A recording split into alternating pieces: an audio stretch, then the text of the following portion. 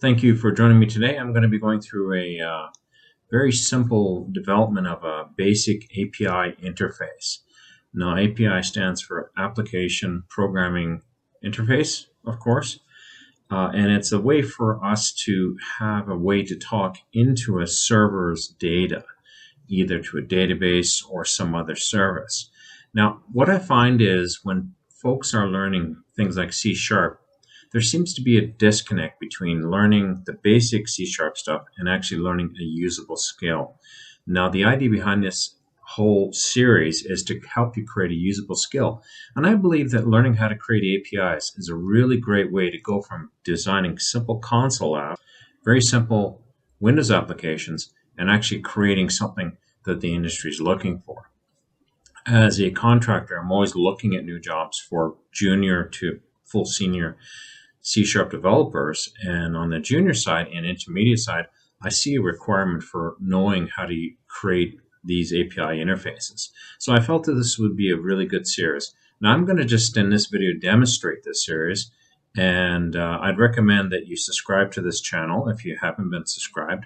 And I'm going to be continuing this series going forward, illustrating how I created this right from scratch. And I'm going to try to put lots of different things in there. I'm going to show you lots of things you're going to run into if you're a new developer. That could be hurdles, but I'm also going to show you good practices. Now, the way I've developed this is the way I have come to learn to develop it, and it might not be the industry standard.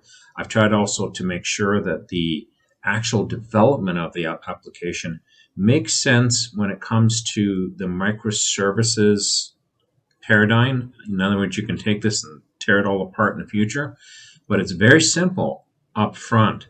But I'm going to be following a lot of good practices, as well as you're going to see this working. So let me just show you here. Right now, I've got a very simple interface running, and this is Swagger, which is part of the interface that you're going to be developing. And one of the interface endpoints is to get all the books. So when I hit execute here, what it does is it returns a response, and we can see the response here of what books were actually in the system at the time. Now I can go one step further, and I can actually get, let's say, a particular ID of a book. So I'm going to try this out here. I'm going to say, give me book number 1, execute. And it gives me a book. Now, what I've also done too is I believe in having really good error handling when you're creating an API, because it makes it so much easier for the front end guys to develop their interface, whether it's in React, Angular, Vue, Blazor, regardless what the technology is. It makes it much easier for them to handle, because what we're going to do is we're also going to provide not only data, but we're going to provide action results. In other words, what was the code that was sent back? And they can change the way they handle their response to the actual user and the user interface based upon that. So let's say here 4, I know there's no 4. If we go back up here, we have a 1 and a 2, but we got no idea of 4 when it comes to the books. So when I execute this, I'm actually going to get a 404 response, which is not found. So that'll immediately allow the front-end developer to go, oh, not 404, and they can just handle it as it is. And I'm going to show you other places where we've added in what I would call advanced error handling as well.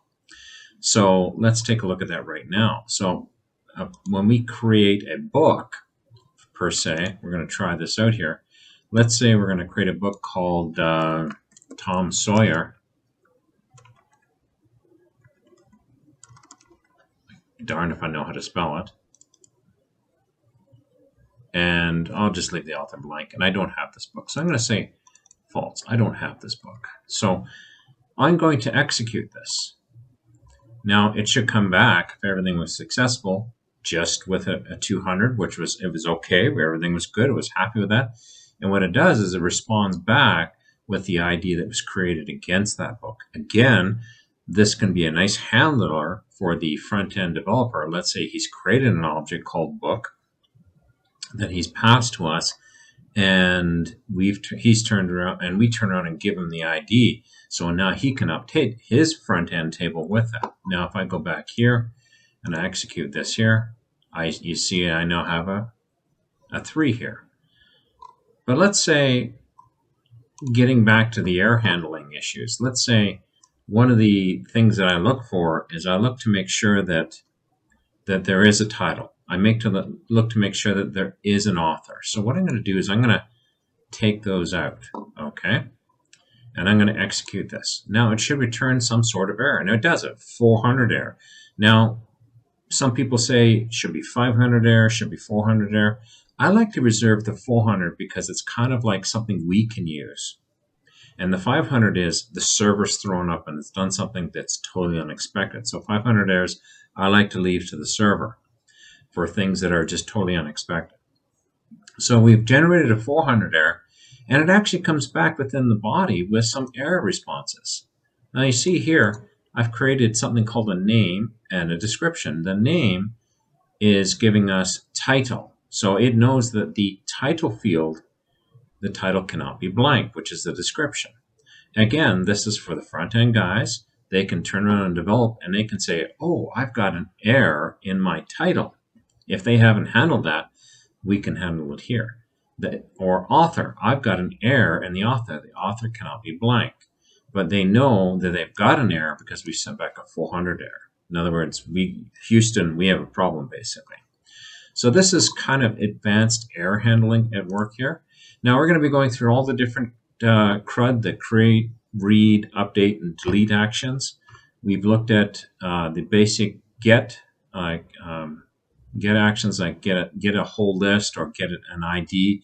We've looked at the create, and further on we're going to look at the put, which is the update, and the delete, which is get rid of that particular entry. And we're going to expand upon this even further. Like I said, we're going to be starting right from scratch, right from you fire up Visual Studio 2022 and you create a project.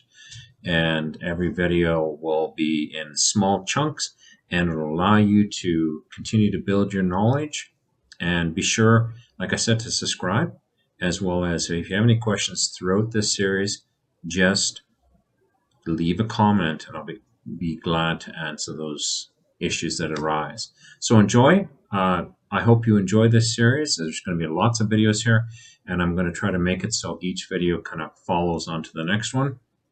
And I'll also provide a GitHub link for the actual repo that I've been developing, so you can go in and take a look at all the different stages as time goes on if you have that knowledge. If you don't, it's not a big deal. Again, you're going to create everything from scratch, so it's all good. Hope you enjoy this series, and stay tuned for future episodes. Thanks very much.